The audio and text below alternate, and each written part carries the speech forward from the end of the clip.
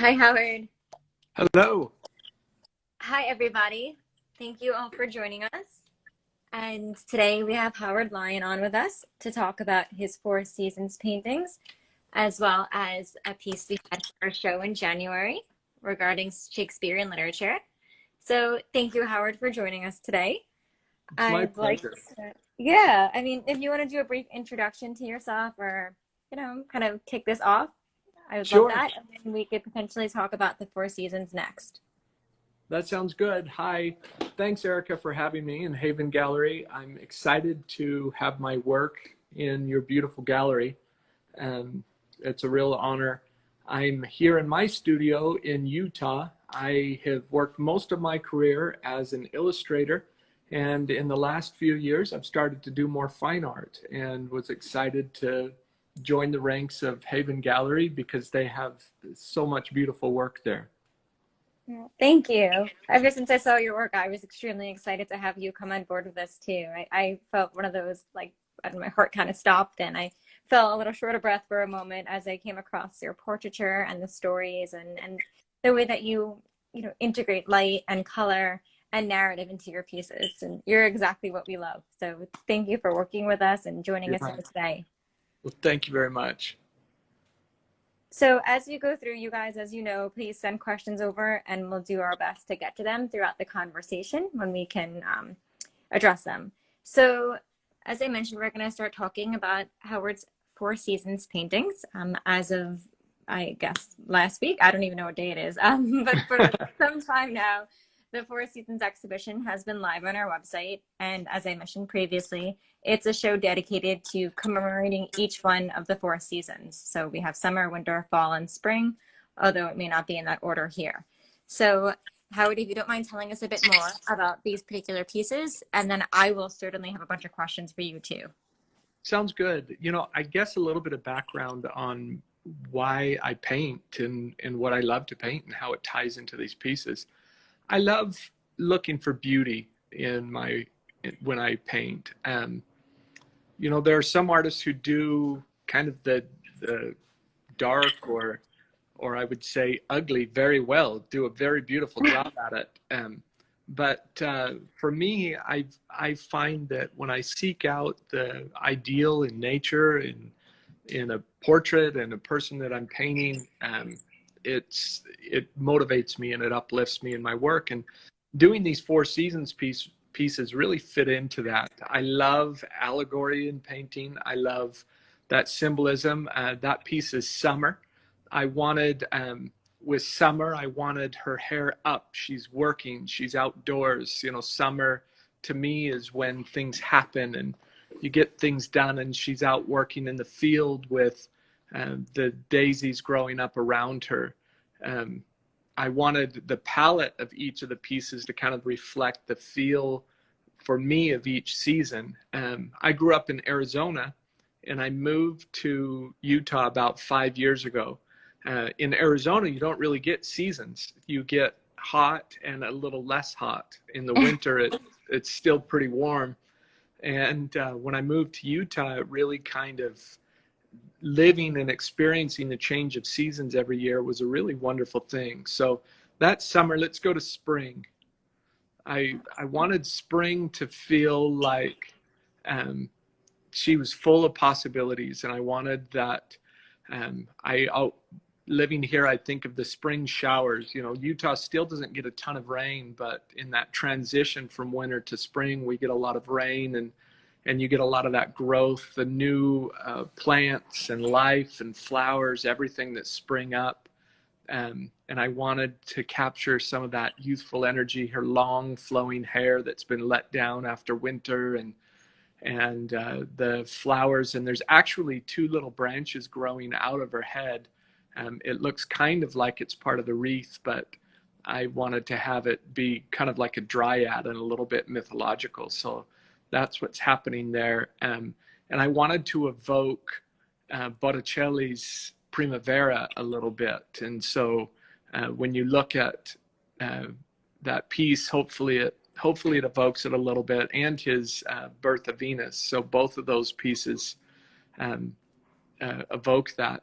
Next, we'll go to autumn.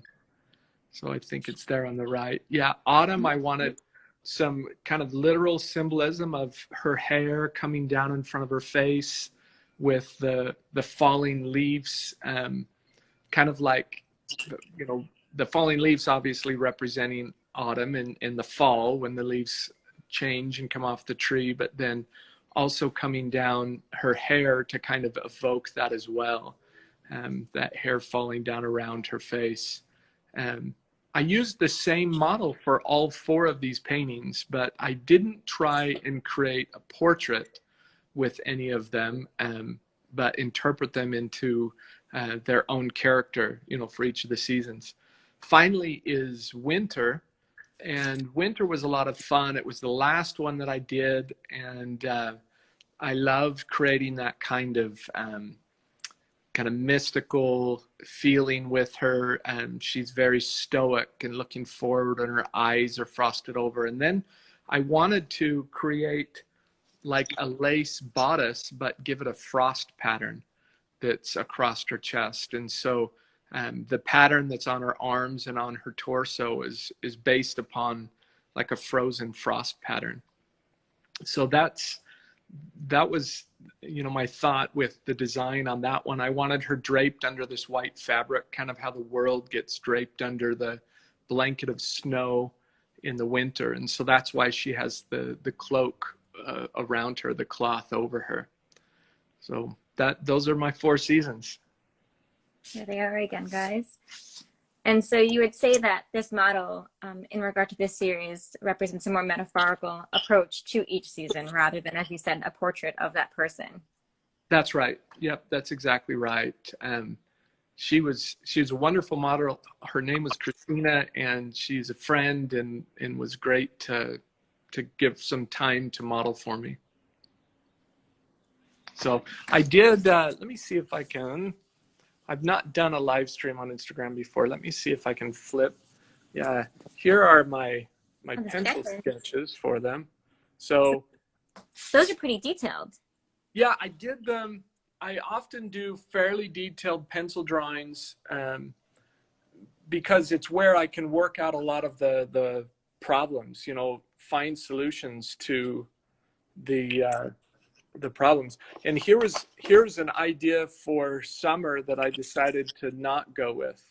I didn't love the composition with this one. I felt like the arm was a little too, I don't know, it kind of dominated and didn't feel quite right. And so I did this one.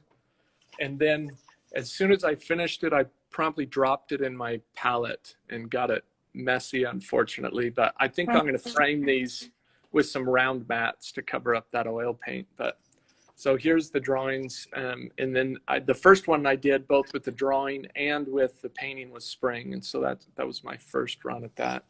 But I did these are just pencil on Arches hot press watercolor paper. But I work out a lot of my ideas in rough before I start on the final piece. And then I also, every week, I do a little bit of painting from life, or sometimes I'll just invent landscapes.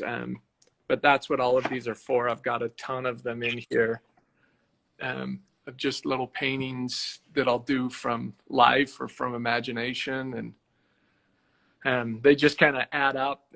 Every once in a while, I'll go through and sell some of them, but it's fun to look back through and see how I've learned and grown. And then I have a few pieces on the wall here.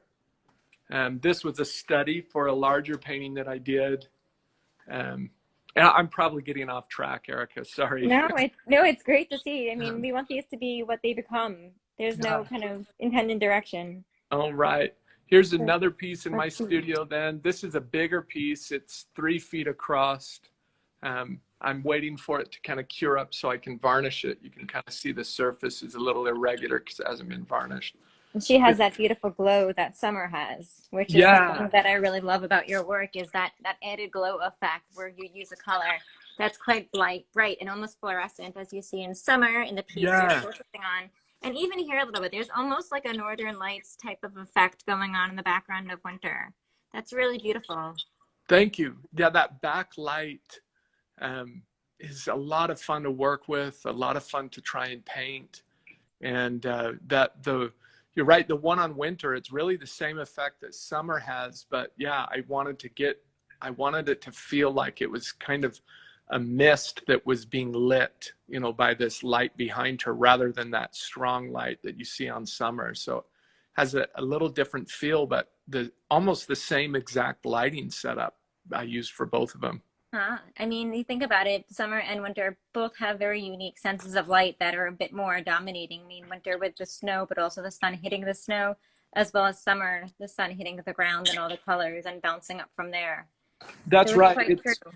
It's so bright in the winter. I had tried to paint in the snow a few times, but there's so much light reflecting off of the snow, it makes it difficult to see It's a values. bit blinding, but quite beautiful for paintings. Yeah, So these noticeably are circular compositions. You tend to work with that shape quite often. So tell yeah. us why you like working with circles, and why you chose that for this particular series. That's a good question. I was in Italy, and these paintings have Italian names, by the way. My next question. Yeah, I love I love Italy, and I found a lot of inspiration there. And you find a lot of tondos, a lot of round paintings in the museums there. Like when you go into the Uffizi, you'll see a lot of that, and it intrigued me. It's a little bit of a different approach to composing for a circle. And I did a few circular paintings a couple years ago, and really found that I loved that format. And another painting genre that I like are Dutch cabinet paintings. And what those are if you see a lot of Dutch art, a lot of times they're almost miniature. They're very small paintings, beautiful, very tight portraits. And they would take them down at dinner time. They would take them out of a cabinet and pass them around the table. And I like that idea of handling art, of holding something. And so when the Four Seasons uh, show came up, I thought I would want to do something where you could hold the paintings and make them small enough that you could easily take them off the wall and pass them around. And so I had these panels made with 22 karat gold leafing around the heel of the panel, and they're only 5 inches across, so they're very small. And I they're shellacked on the sides, and the front are covered with a couple layers of varnish, so they're safe to handle. And my hope is that whoever ends up with them, when people come to visit, they'll take them off the wall and hand them to someone so that they can really look at them up close and see the detail and get personal with the art. I think their size and the circular shape does make them even more intimate, and knowing that those who do seek for them hopefully will do that. And when we were in Italy, we noticed also the number of circular panels and paintings, and they have a very different effect than the square and rectangular orientations that we see more often.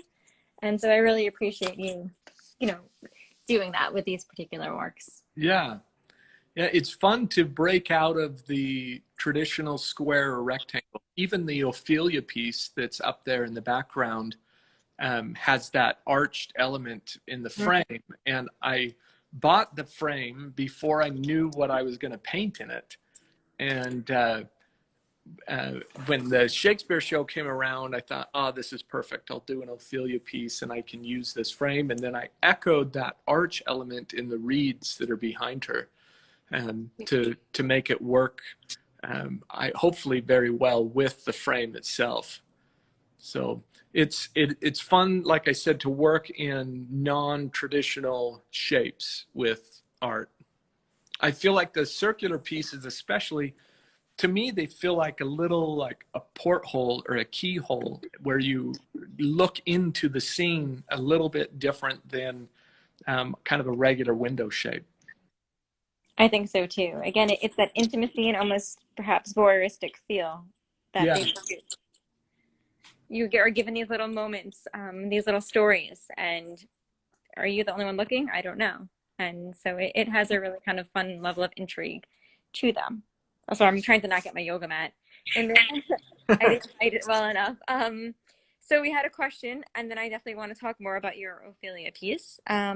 The question is, do you find it difficult to change up between the fantasy illustration work and the more fine art pieces? Oh, right. I think it was Kyle Thomas that asked that. Kyle, good question. Um, you know what? I think it is my background in illustration that makes that not difficult.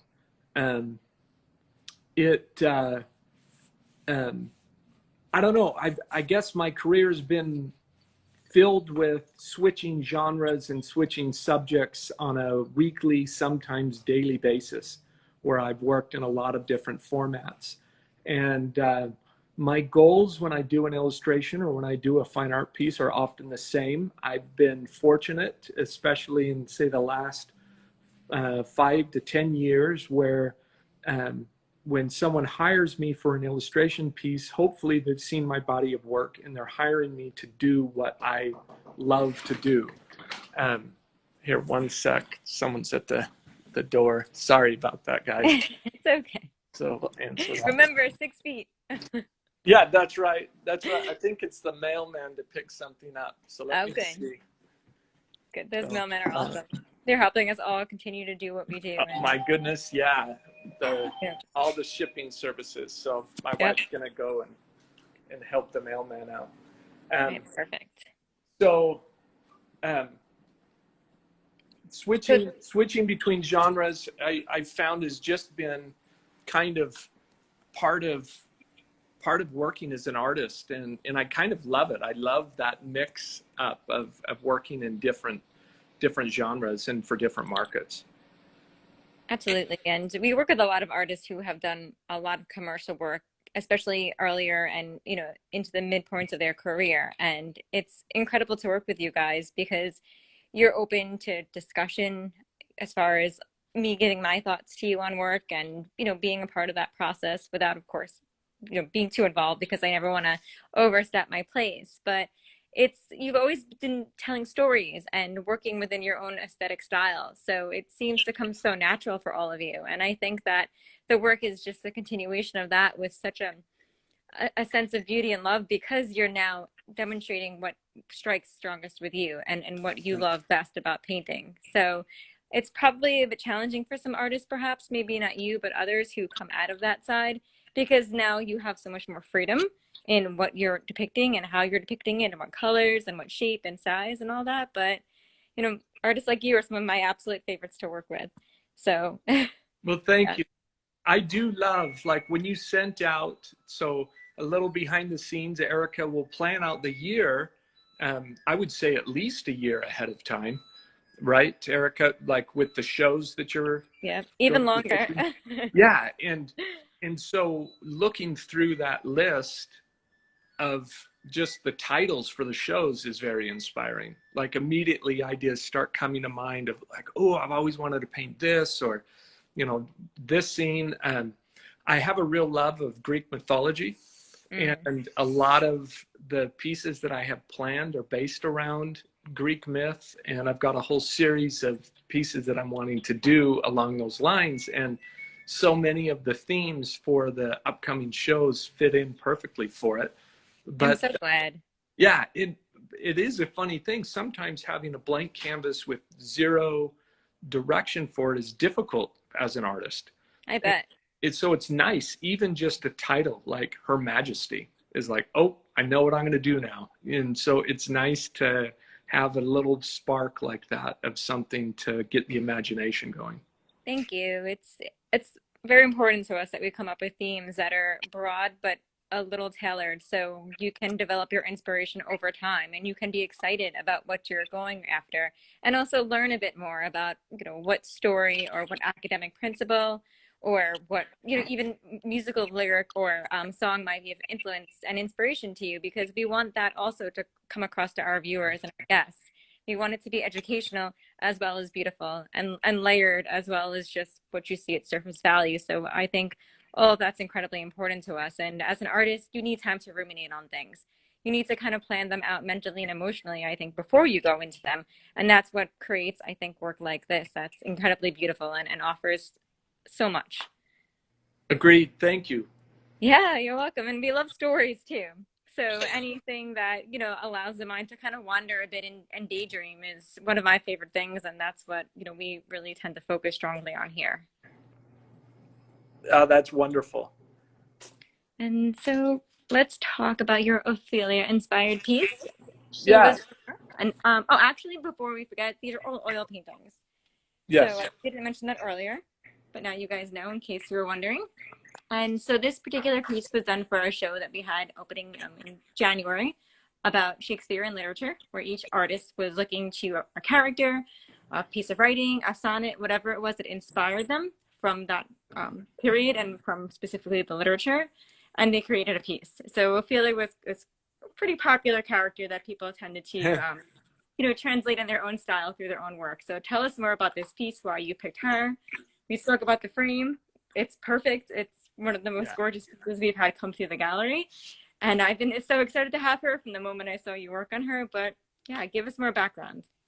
So I I've wanted to paint Ophelia.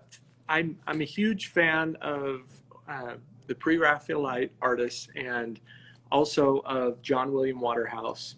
And Waterhouse painted Ophelia a few times, and then of course we have Millet's masterpiece painting of Ophelia that is in the Tate Gallery. And I had the good fortune to see that piece and several other paintings of Ophelia when I was in London. And I've wanted to paint her and have a good reason to paint her for a while now. And I had just finished, well, not just finished, I had just sold a piece that I had done for Magic the Gathering called Fabled Passage. And it had these floating, colorful lily pads in a forest scene. And I thought, well, I didn't quite get it out of my system. That's something that I want to do again. And so everything just kind of came together for the opportunity to paint Ophelia standing in the water. And she's a very tragic figure. This is not a happy subject to paint. No. But I wanted to portray her in a beautiful way.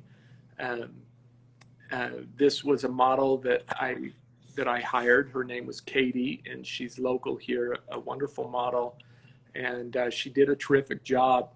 I To get the effect of her standing in the water, I tried a few different things. Even I had a huge pan in front of her with a black tarp in it filled with water, and had her stand in front of it so I could capture some reflection. And it kind of got what I wanted. And then I used a large silver reflector and put it down in front of her, and it really bounced a lot of light up in there. You can really kind of get that sense of light on her neck and underneath her arms, where it gave it this kind of moonlit, ethereal feel with that light bouncing around that I felt was perfect for her scene. Um, and then um, composed the scene with the kind of an uh, orange green color scheme to it, kind of a blue green and a red orange that the whole scene is built around. Um, and then this frame is from Masterworks Frames. They're my favorite framer. They happen to be local here in Utah, but they make the most beautiful frames, and they frame work for Richard Schmid and Jeremy Lipking and artists all around the country. Some really wonderful art that their frames go around. And what my favorite thing about them, after the quality and look of their frames, is that they're very affordable. Um, so it makes it so I don't have to add too much to the price to get a frame like this. And this is all handmade, 22 karat gold. It starts out as like raw wood that they plane and put together. And I had them make the frame. I actually sent them an image of a Waterhouse painting that was in a beautiful frame. And I said, can you make me this frame, but for a 12 by 16 image and in horizontal with an arch? And they knocked it out of the park. Just made a gorgeous frame. I mean, the little decorations, the little floral decorations, those were hand carved and cast. and then attached to the frame and gold leafed, and they just did an amazing job with it. So kudos to Masterworks Frame for elevating the artwork that goes in their frames. I certainly think they did too. And this is one of the best frames I think we've gotten in the gallery. And we got a lot of really incredible frames, but It's never good to this hear. style. And the weight of it's so substantial too. It feels like a very traditional frame made from the past, as oftentimes with the newer frames, they're almost like foam injected, I think. There's a lot of Right. plastic and a lot of materials that aren't as hardy and also, again, aren't as hand carved as you see here. They Right. might come from a mold, but it's been used so many times, and there's not much of that framer's handiwork. And frames truly are artistry themselves. Yeah, it is. It is a heavy frame. It's made out of solid poplar, and then the decorative elements are cast in resin and attached to the frame before it's all covered in red Italian clay. You know, the very traditional method of water gilding, covered in clay and then gilded and then antiqued and hand rubbed to wear down through some of the layers of the gold and give it that effect. You can even see, and you get this effect only with real gold, are those ley lines. So if you get in close, like at the bottom of the frame, you can see those little lines, those overlapping lines, and that is where the very translucent layers of gold overlap slightly, and it creates what are called ley lines. And you don't get that with metal leafing. You only get that with gold leaf, and it just adds a beautiful, lively, organic feel to the surface when it's all done. Absolutely. It's, I can't say it enough, a really beautiful frame. And the piece itself, they complement each other brilliantly. So I have some questions with regard to your description on your piece, historical inspiration. As some may know and as some may not know, the model who had posed for Millet's Ophelia, she had to model in a tub of, I think it was like freezing cold water, which Yeah. resulted in her getting very, very sick. So it's nice that we don't have to go that route anymore for the sake of art. But she also had red hair, and she was a figure that graced his work many times, as well as his friends, his contemporaries as well. So did you, because of that period and your inspiration pulling from him and again his contemporaries, the redhead, or was it the literal reference? What brought you to this particular model for this piece? You know, when so my wife actually found the model for me. So I've gotten bold, and so has my wife, in just approaching people. We do the same thing. Yeah. Oh, good. Yeah, I used to be kind of, I don't know, self-conscious about it or apprehensive about it, but now when I see someone who I think would be great in a painting, I just go up and ask them. I say, hey, I'm an artist. I hire a lot of models for paintings, for live portrait sessions, but also for photo shoots, and I show them some of my artwork. And this particular model, actually, she is, let's see if I can point right there above my head as well, another painting of her. But she's an interior designer, and a very good one. And was fortunately, when people, I think, come from kind of an artistic background, they're usually pretty cool with modeling. I think so too. Yeah, where they're like, oh, okay, yeah, I'm up for that. And she she has beautiful, very cool, pale skin. She's a real redhead, and has that complexion that goes along with it. I do love painting redheads. I love the complexion. Um, my wife has beautiful red hair, and she's got that fair skin, and I've painted her many times. You see her in a lot of my magic cards, and I've just kind of come to love that. It's funny, I've got like 5 portraits behind me, and 4 of them have red hair. Of the people that are behind me right now, either kind of a auburn brown red or like a true ginger red. So I guess I paint what I paint what I love. Yeah, what you're attracted to. Yeah, that's right.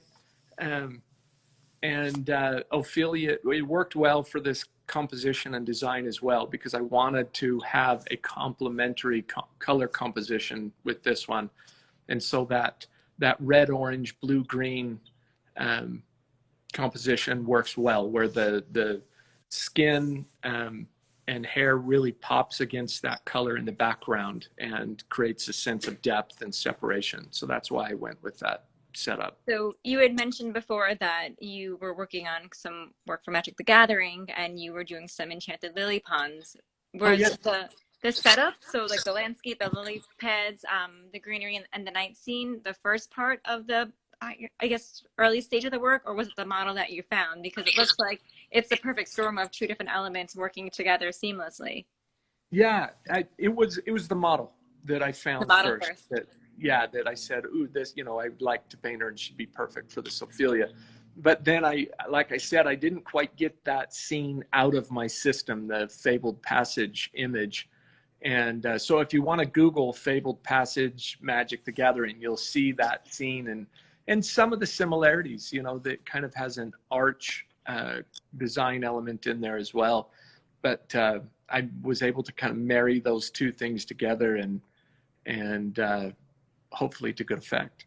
I think so. And again, just highlighting some of my favorite attributes of your work is that glow. You guys can kind of see that blue reflection all along her shoulder line, going through into the garb of her clothing. And you have so many little beautiful lights coming out of the water, reflecting from the lily pads and what surrounds her. And it's again using that marvelous color, and just it's enchanting the work for me in many senses, and it gives it that magical realm, which is another thing that I absolutely love about you and about many of the other artists that we work with too. Well, thank you. If you go to my Instagram feed after the live video, there's a video of this painting happening from start to finish if you're That's right. interested in that. So, Yes, the reflection is really, really great too. I'm sorry, I kind of went past that without mentioning it. I meant to say something before. And the way that her hair is just kind of losing itself in that water. It's a really gorgeous effect, and it's technically achieved exceptionally. well, thank you.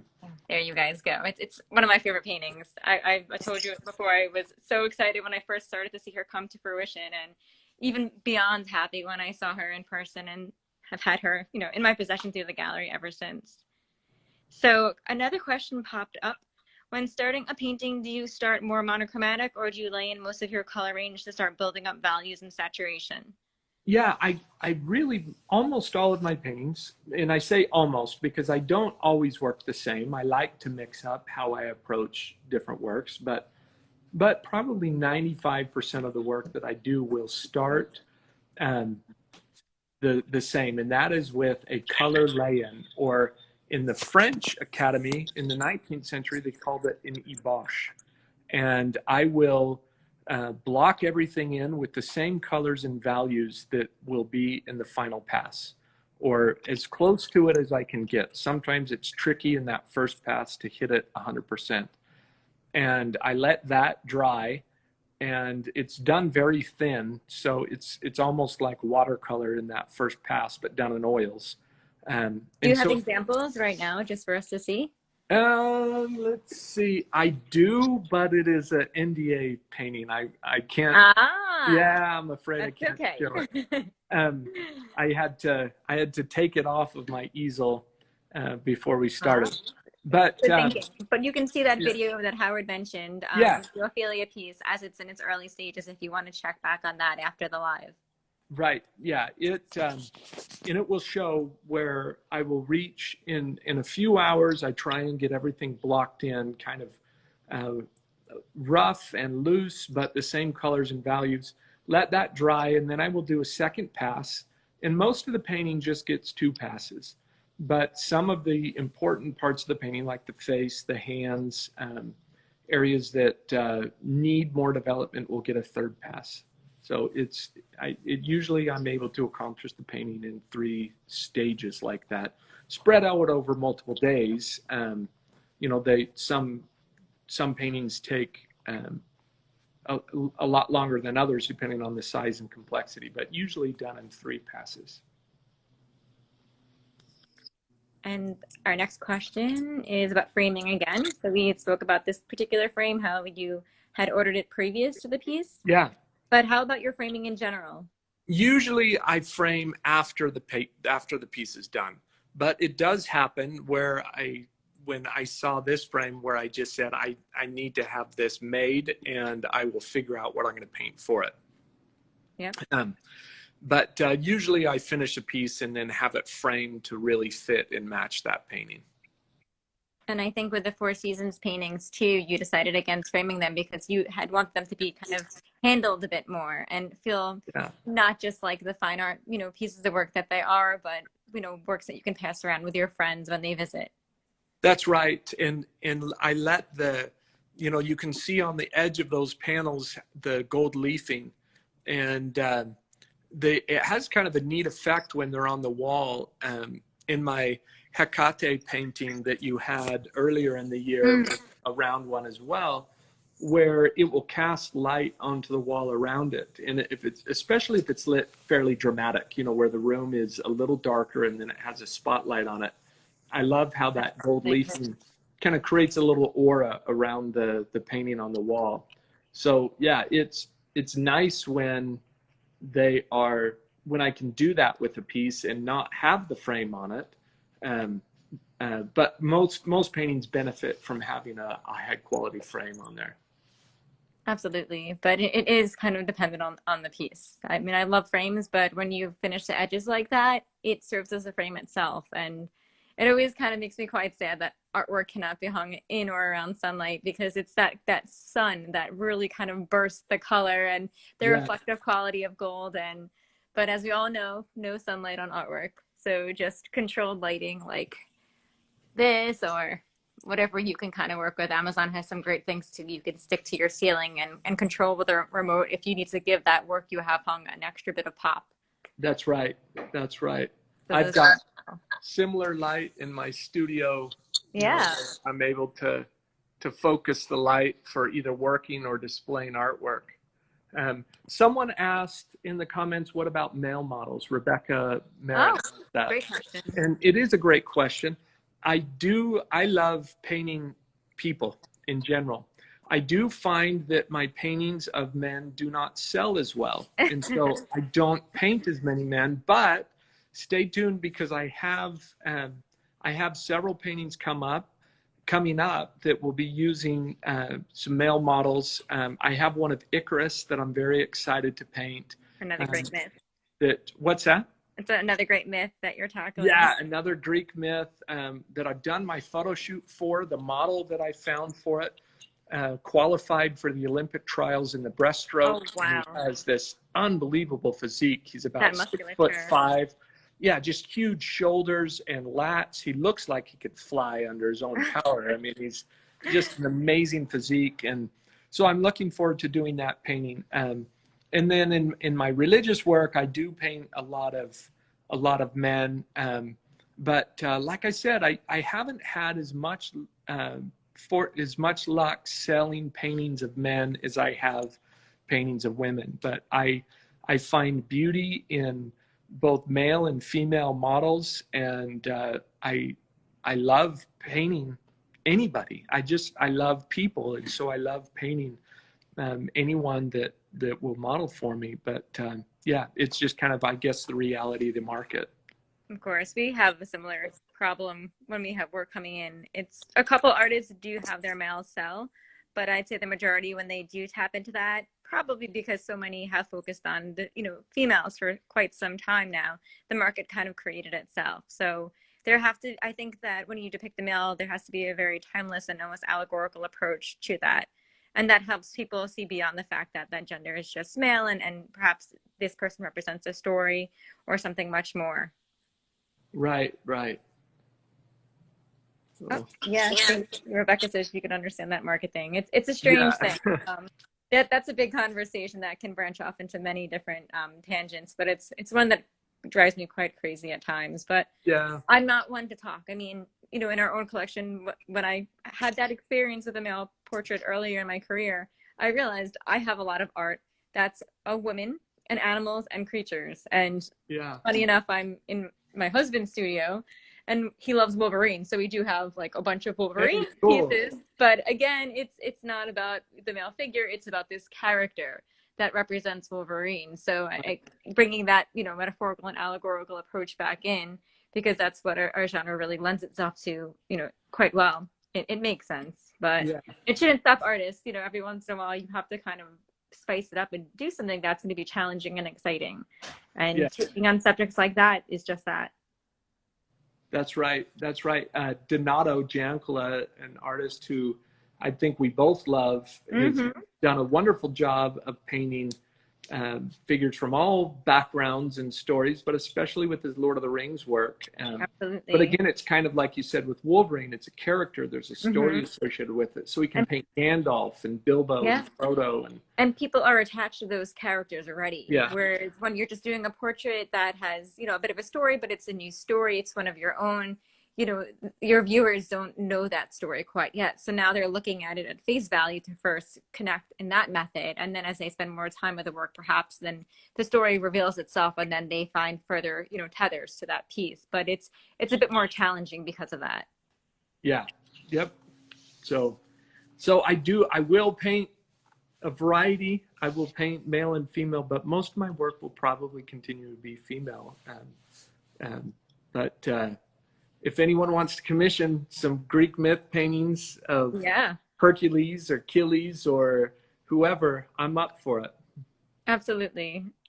I think they would make great works, and it would be nice to see more males present in Yeah, art. But yeah, it's an interesting thing again that we think about yeah, all the time, and we talk with our artists about too when it's relevant. yeah. So with the model selection, I know the story about the Ophelia model and your Four Seasons models, but you mentioned earlier that you and your wife have become quite good at approaching, people you find that could serve as great models. And my husband and I do the same thing. And we've had some funny instances where I've probably terrified women by approaching them, asking them, if they'd be interested. But is there a certain look, you said redheads, but beyond that, that attracts you to your models? Um, you know, I it's hard. That's hard to pin down. I I just painted. Speaking of male models, I just hired a model for a painting a few months ago, um, an African American man who was just he looked like sculpture. Um, he was so fit and had such wonderful features. I don't know that I can put a finger on exactly what it is because I will see models that are very beautiful, but I don't think like, ooh, I really need to paint them. Um, I think that often when yeah, it's there's something about the coloring, their complexion, their features, the shape of their eyes and nose, and it's not always consistent. It's kind of all over the place. Where when I see someone and I'm like, I really would like to paint that person, then I'll go ask them. But I don't know that I could put on paper exactly what that criteria is. I mean, looking at so many works of art through the gallery and working with my husband as he tries to find models as well, so many ideas and thoughts run through my head. And oftentimes the gallery finds that work is placed quicker when the person depicted is again not just a person. The specificity of that is not apparent, and rather they represent a story or an emotion or an allegory and so on and so forth. So, you know, I wonder for you and many other artists when you pick your models, is that taken into account, whether subconsciously or consciously, or because you have that creativity and that talent, you can stylize them and you can work with them to make them a bit more generalized. So they represent that ideal instead of that specific person. Yeah, I think the term that I've kind of come to be comfortable with is idealized naturalism, because Mm, I love I love painting a variety of people. I love painting nature, but I like to kind of focus it through my own lens. And so whoever I paint always gets changed a little bit when I paint them, and that it's one of the like thrills of painting someone. Um, is just making those small, I guess, artistic decisions where I'm not just copying what's in front of me, but I'm in a way idealizing it to my own aesthetic, to my own ideal, and hopefully finding some resonance with with people because of it. Absolutely. I think that it helps that connection factor because these are portraits that are going to be living with people in their homes. So whether they remind them of someone they know or an experience or an emotion, or they're just attracted to the beauty or the story and the depth behind that piece, it's something that, as the business and, the gallery always tries to take into consideration and discuss when possible. Yeah. These become family members or they already are family members. So the ability to still filter through your own lens, but also have a bit of looseness in that character that you depict definitely helps that. Right. Original art is a strange thing. I mean, you know this very well. When my wife Shari and I, we bought our when we bought our first piece of original art, it ruined prints for us. Yes, Um, same thing for us. yeah, you get that first piece on your wall, and it changes the feel of that space in your home, and in a way that prints don't. It it's hard to buy prints now, and originals are of course more expensive than prints, but it's worth it to have these pieces. They change throughout the day as the light hits them in different ways, and um, we like to move ours around in the house. We change the arrangement of the originals in our house fairly often, and you encounter them in different spaces in your home, and um, it's just they're a wonderful addition to the home. So There's a life to them, and prints yeah, are awesome. It's fantastic to have even a printout of artwork that you love that you're connecting with if you can't, support the artist in prints. And right, that's fantastic. But if you do have the opportunity, however, you get a hold of that piece, because remember, artists and galleries do payment plans, so it makes art quite achievable for those who can't pay for the full price up front.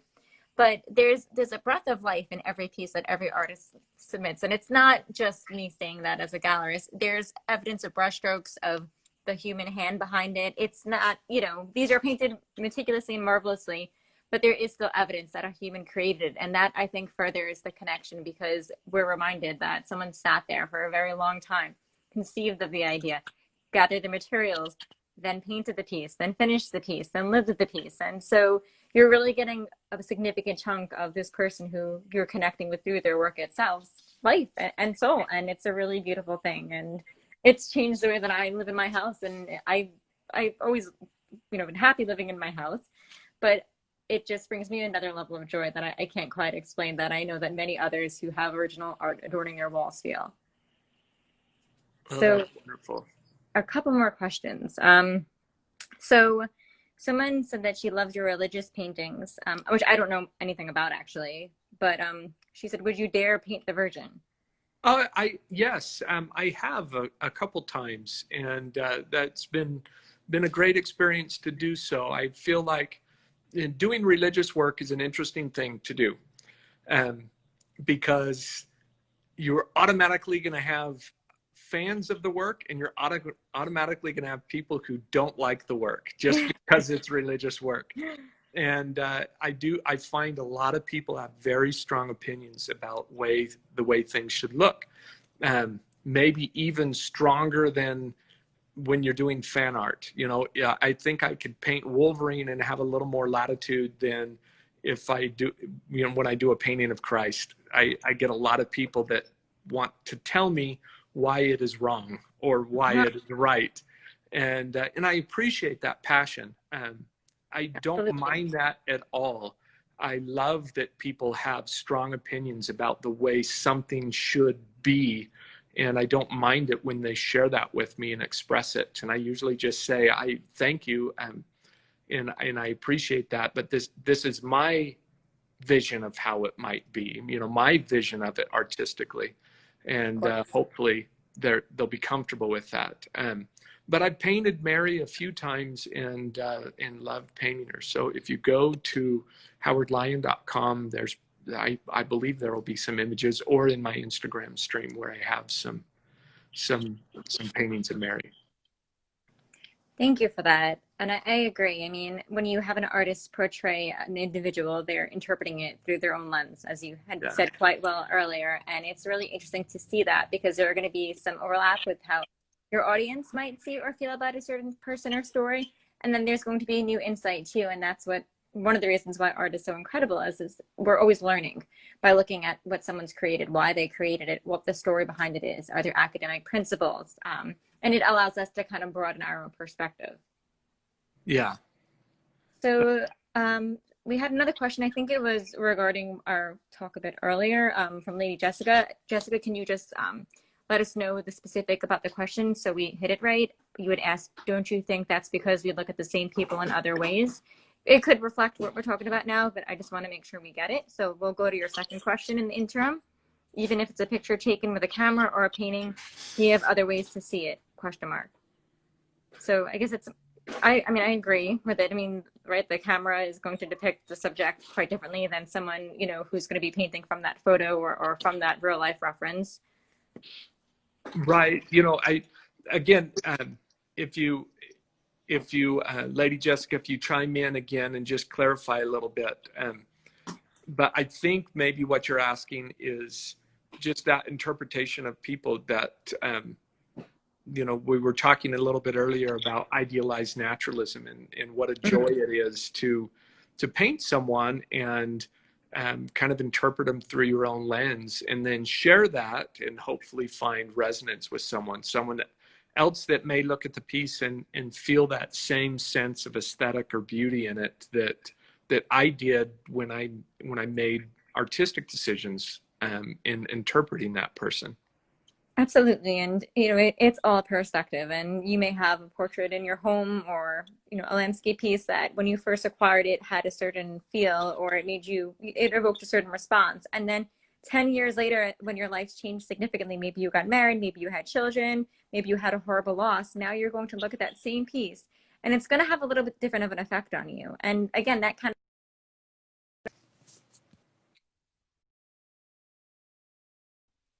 it goes back to the fact, and it completely blocked out the story, that work, you know, of art that is hand done, drawings, paintings, sculptures, prints that are embellished, you know, these have evidence of that person and they change and they evolve with you. Yeah. Really quick, if we get booted off when we hit the hour mark, we'll come back on. I'll do the live again and just join us and we'll kind of wrap it up because after the hour, Okay. Instagram kicks us off. So That's right. Okay. yeah. You know, you mentioned how we see things differently over time. When I first started painting, I was not a fan of Sargent and Zorn and Sorolla. Mhm. I didn't like how loosely they painted. And it was because as in my early stages of study as a student, I was wanting to learn how to paint everything. And because of that, I admired the work of artists who could render out everything. And I felt like I could learn a lot from that. As I became more proficient in drawing and rendering, I started to admire Sargent and Zorn and Sorolla for their ability to simplify information. And now I look at their work in a completely different way because I have a different set of inputs, right? I have a different body of experience now when I look at their work where I can admire it, whereas before it wasn't the kind of work that I wanted to do, and so I didn't give it as much attention.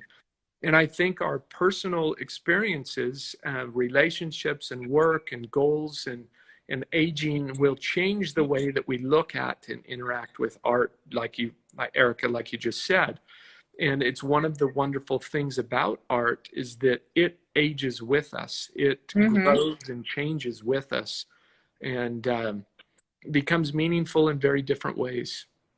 Absolutely. And it's funny you say that when you had, you know, started off earlier as an artist, you did look to the tighter, you know, pieces. And then as you got, you know, closer and more accomplished with your medium and your technique, you started to appreciate the looser approaches more. And did you find that when you started to paint a bit looser, was it a challenge to kind of let go of that tightness a little bit? Yes, yeah, I found that like there's something quite wonderful in seeing the hand of the artist so readily evident in Sargent's work, where you can see that brushstroke, you can see the bristles in the hair, you know, everything in there where he's chosen to simplify this information. And if you look at my work now, I still paint very tight. I mean, there's no one's going to mistake me for Sargent in my work. I still work very focused and tight in my work, but I am finding ways to simplify and become more efficient in the way I represent things. And one of the things that I've done to do that is I have my weekly live portrait sessions that I do, where I will work from life and have a 3-hour time limit, and it forces you to be more efficient. And what I've found is when I go into my easel work, when I go into works like this of Ophelia, I find that I'm making better decisions as to where to focus my efforts. Well, as the artist, you want to also make sure that the focal point of that piece is, you know, planned to an extent. You want to make Yeah. sure that, like, she is the central figure. This is a story about her. So she's potentially rendered in such a way that your eye goes to her first, and then perhaps it goes to these lily pads, and then through the lighting and around the arch that you've developed and integrated with that frame, and back around again. And, you know, the artist takes great consideration into the movement of the viewer's eye. And I think that perhaps the way that you render, you know, quite tight in some areas and then a bit loose in other layers allows for that further. Yeah, hopefully that is the plan, to have every element bring focus to the main subject of the painting. I think you do a great job of that. So we're gonna close off soon. If you guys have questions, now is the time to throw them back out. Is there anything else that you want to mention about these pieces, about your work in general, or anything? You know what, I guess kind of back around to what we were saying at the very beginning.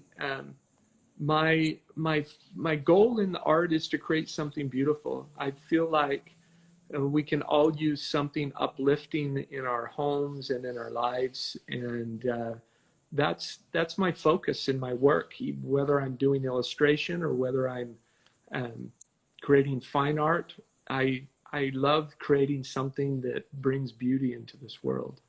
So if hopefully that will continue to find an audience where, you know, there's just, it's just an opportunity to uplift. So that's kind of the main Absolutely. focus. Yeah. And you achieve that beautifully. You truly Thanks. do.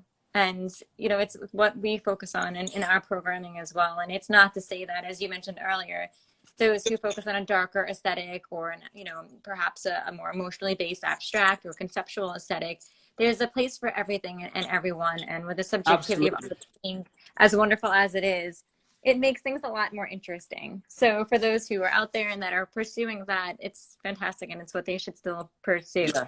But, you know, galleries are curated for a reason, and so it needs to make sense thematically, and it has to be quite consistent in the work that they show. So although we show this type of work, and this is what resonates with my husband and I, who curate and run the space, there's wonderful art out there to look at that might provoke something different. Absolutely. So, I agree.